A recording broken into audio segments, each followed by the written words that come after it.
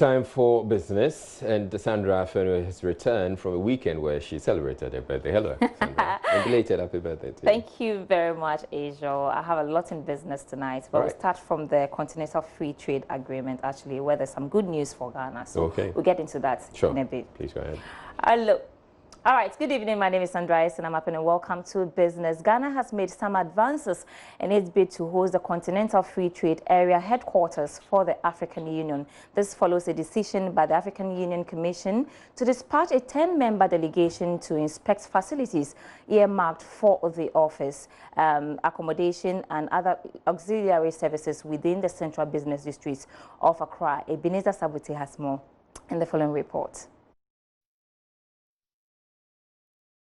The bid to host the headquarters of a Continental Free Trade Agreement Secretariat in Accra, when successful, will make Ghana a trade hub as far as creating significant jobs for the citizenry. Minister for Information Kojo Ponkroma addressed the media after leading a government delegation to meet an inspection team from the African Union to assess Ghana's preparedness for hosting the Secretariat. Be the headquarters of this entire organization.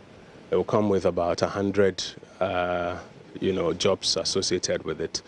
And it will give Ghana an opportunity to be at the forefront of driving that agenda. The delegation is from the African Union and they are here to inspect our preparedness as a country. In the next coming days, we would have the opportunity to show to them the office accommodation, the residential accommodation, the ancillary facilities that, are required to host a facility like that. And it is our expectation that Ghana hopefully should be successful in this enterprise and to bring this one home.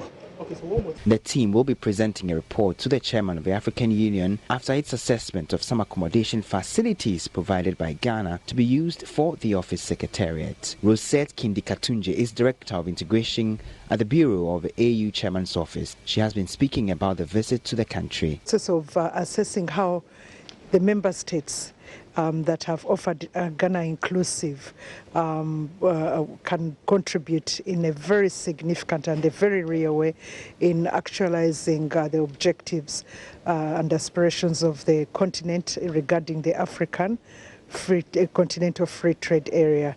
As you know, this is going to be one of the most significant of our AU Agenda 2063 flagship projects. And so we look forward to working with Ghana to see how best we can assess and validate that which you have so generously offered to the continent. Ghana is competing with 6 other countries, including Ethiopia, for the headquarters of a Continental Free Trade Agreement. Ebenezer Sabute's reports for Joy Business. Local companies within the petroleum ecosystem have been urged to form joint venture partnerships with indigenous equity participation. This is expected to maximize benefit from contracts signed in the upstream petroleum sector. Despite local content legislation, some multinational oil and gas companies outsource contracts to foreign companies, citing lack of capacity by local firms to execute them. Tullow Ghana is, however, charting the path with a commitment to award 80% of contracts to local businesses. Charles Aite has more in the following report. Many local companies have expressed concern over not being able to win contracts in the upstream oil and gas sector. The main reason is that they lack the requisite technical capacity to take on contracts in the upstream oil and gas sector. In this regard, Tullow Oil Ghana has embarked on various workshops to not only equip these local firms, but also expose them to ready avenues in the upstream sector. Here's local content manager of Tullow, Ms. Jennifer Bruce Konwa, who spoke at the joint venture and permitting seminar held by Tullow Ghana. Between 2010 and 2018, we awarded contracts worth $16.4 billion, out of which $10.66 billion was awarded to indigenous and joint venture companies with indigenous equity participation. For 2019, our target is to achieve 80% of contract commitments with local businesses participation and also achieve a 25% spend specifically with indigenous companies. Meanwhile, the Petroleum Commission has urged all multinational oil firms to strictly abide by the law of engaging only local firms enlisted on their registry.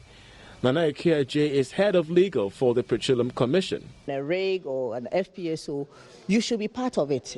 At the very least, just looking and learning over a period would make you better. Meanwhile, Cabinet has also approved a new policy on local content and participation in the country's downstream and upstream industry. This policy is intended to ensure a Ghana-driven and ownership of petroleum downstream industry, capable of attracting increased local value-added investment and enhancing job opportunities. The new policy framework covers areas such as trading, shipping and bulk distribution of petroleum products, as well as infrastructural development in the petroleum sector, such as construction of port discharge facilities, processing and petrochemical plants. The Chamber of Pharmacy Ghana is lamenting the poor attitude of some medical service providers who are refusing to settle arrears owed the pharmaceutical industries for about 20 months. Chief Executive Officer of the Chamber of Pharmacy, Anthony Ameka, made this known at the official opening of Pills Pharmaceuticals at the Malcolm Plus branch in Accra. Government for some time now has been touting payments of some outstanding debts off the books of National Health Insurance Scheme. The Pharmacy Chamber, however, says many of its members have still not been offered their due. It is therefore calling on government to ensure the service providers pay the arrears owed various pharmaceutical companies which supply medicines to hospitals under the NHIS program. On the need to improve the well-being of Ghanaians and ensure access to quality and affordable medicine, the CEO of the Chamber of Pharmacy, Anthony Ameka, believes the hospitals are not being fair to pharmaceutical industries and therefore strict measures need to be taken. Government owe from July, that the health insurance owed the service providers from July of last year. They've been able to pay up to that time. But when you go to the hospitals or the service providers, they are owing 24 months. So the government idea of trying to ensure that the health insurance scheme becomes more sustainable, what is happening at the hospitals or at the ministry or the Ghana Health Service is not trying to promote the government agenda, and it's making the government look bad, because the hospitals are not paying the pharmaceutical companies. We've met with the Minister of Health to have this discussion with him. We've met with a whole lot of stakeholders to discuss these issues with them. But we could realize that because of lack of supervision, they are not complying with the payment models that is agreed between them and then the suppliers. He was speaking at the official opening of Pills Pharmaceutical at the Malcolm Plus branch at Industrial Area in Accra. Mr. Ameka added some pharmaceutical industries have showed interest in moving to the manufacturing park to begin production. He believes the industry can produce enough to supply Ghanaians and the whole of West Africa under the Pharmaco Village initiative. Currently, we have some companies that are almost ready to move to the park to start production in Ghana. We think that Ghana stands the chance to supply medicines throughout the whole of West Africa, because we have a very strong regulator, that's the FDA, and then that will be able to supervise most of the medicine or product that is manufactured locally. And in that case too, if there's any emergency, they will just allow, they just involve one or two companies to supply to solve those emergency or those issues on the ground. So we are in for that, and we are taking every step to ensure that that dream is achieved. The Chamber recommended that procurement for medicine under the framework contract policy should be decentralized to regions to create opportunities for many companies. Albert Abisio's report for Joy Business. All right, that's all for business for now with me, Sandra Esenam Apeno. You're still watching Joy News Prime, and we take a break for showbiz with Ms. G. But when I return, the conversation will be on the salt industry and how Ghana can take advantage of the sector to maximize revenue. We take a break now, and I'll be back with more business news.